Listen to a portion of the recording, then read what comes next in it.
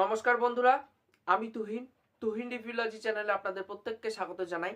এখন কথা বলবো খাদানের যে নতুন গানটা বেরিয়ে গেছে, যা যা বলে দে তোর বাপ এসেছে।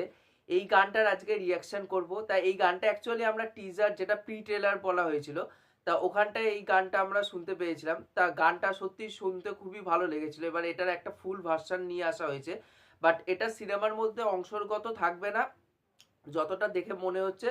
এটা হয়তো হতে পারে যে সিনেমার বিজিএম হিসাবে ইউজ করতে পারে, কারণ এখানটা কিন্তু দেবরে যেই অবস্থায় দেখতে পাচ্ছি এখন, দেব যে প্রমোশনাল ম্যাটেরিয়ালে যেই সব ইভেন্টে দেখা যাচ্ছে যে দেবরে, সেই লুকেই কিন্তু এই গানটায় আমরা দেবরে দেখতে পেয়েছি। হয়তো এই গানটা রিসেন্টলি শ্যুট করেছে তারা সেট তৈরি করে। তাই এই গানটা কিন্তু সত্যি খুব সুন্দর লাগছে। আর তার থেকেও বড় কথা একটা জিনিস আমি বলতে চাই, যে আমরা যারা মিলেনিয়াম আছি, 90s কিড, তারা কিন্তু এই যখন এই দেবের চ্যালেঞ্জ সিনেমাটা এসেছিল, তা ওখানটায় কিন্তু আমরা স্কুলের বেঞ্চ বাজিয়ে চ্যালেঞ্জ নিবি না সালা ওই গানটা আমরা করতাম।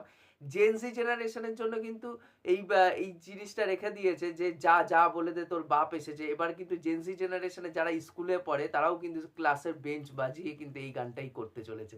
তাই এই যে দুই জেনারেশনের জন্য দুটো হুক লাইন ছেড়ে যাওয়া, সেটা সত্যি অনবদ্য, সেটা শুনতে কোথাও না কোথাও খুব ভালো লাগছে। গানটা গেয়েছে ঈশান মিত্র এবং গানটি কম্পোজ করেছে, লিরিক্স লিখেছে হচ্ছে নীলায়ন চ্যাটার্জি। তা ওভারঅলে গানটা কিন্তু খুবই সুন্দর লাগছে এবং গানের যে র্যাপ পোর্শনটা সেই জায়গায় খুব ভালো লাগছে। এবং তার থেকেও বড় কথা, আমরা যারা 90s কিড আছি, একটা জায়গায় পোর্শনে যখন র্যাপের মধ্যে শুনতে পাচ্ছি চ্যালেঞ্জ নিবিলা সালা, ওই জায়গাটা সত্যি আমাদের জন্য অ্যাকচুয়ালি উপরই পাওনা। তা ওভারঅলে গানটা খুবই ভালো লেগেছে। গানটা নীলায়ন চ্যাটার্জি খুব সুন্দর করে কম্পোজও করেছে এবং তার সাথে সাথে এই সিনেমাটায় যে দেবরে উৎসর্গ করে কিছু কিছু লাইন রাখা হয়েছে, সেগুলো কিন্তু খুব সুন্দর এবং দেবরে ঘিরেই কিন্তু মূলত এই গানটাকে ডিজাইন করা হয়েছে। সেটা কিন্তু দেখতে কোথাও না কোথাও ভালো লাগছে এবং শুনতেও খুব ভালো লাগছে। লিরিক্সের কাজও কিন্তু খুব সুন্দর হয়েছে। এই গানটায় ব্যাকগ্রাউন্ড ডান্সারদের দেখতে পাচ্ছি, অনেকগুলো ব্যাকগ্রাউন্ড ডান্সারের সাথে দেব নাচছে। সেটা দেখতে কোথাও না কোথাও খুব ভালো লাগছে। সেটটা যেইভাবে ডিজাইন করা হয়েছে সেটাও দেখতে খুব ভালো লাগছে। আমি তো এই সিনেমাটা নিয়ে খুবই আশাবাদী আছি। 20শে ডিসেম্বর তো মুক্তি পেতে চলেছে হলে। এবার দেখার এই সিনেমাটা কেমন কি হয়। আর তার থেকেও বড় কথা হচ্ছে, দেব অনেক দিন পর কিন্তু কমার্শিয়াল সিনেমাতে কামব্যাক করছে। আবারও একটাই কথা বলতে চাই, প্রি ট্রেলারের ক্ষেত্রেও আমি সেই সেম জিনিস বলেছিলাম, যে এখন সোশ্যাল মিডিয়াতে যেই বাজটা আমরা দেখতে পাচ্ছি দেবকে ঘিরে, যে খাদান রিলেটেড সবাই উন্মাদ হয়ে আছে এই সিনেমাটাকে নিয়ে।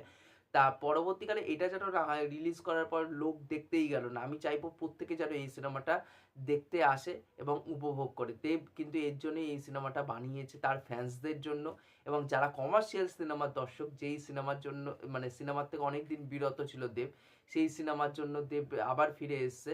তা চাইবো যে এই সিনেমাটা বক্স অফিসে সাকসেসফুল হোক এবং আপনারাও হলে গিয়ে অবশ্যই সিনেমাটা দেখে আসবেন। আর এই গানটা আপনাদের কেমন কি লেগেছে অবশ্যই নিচে কিন্তু কমেন্ট করে জানাতে পারেন, কারণ আমার প্রত্যেকের কমেন্ট পড়তে খুবই ভালো লাগে। আর তার সাথে সাথে যদি লাইক শেয়ার সাবস্ক্রাইব করে পাশে থাকেন, তাহলে মোটিভেশন পাবো নতুন নতুন ভিডিও বানানোর জন্য। এখনকার মতন টাটা, বাই।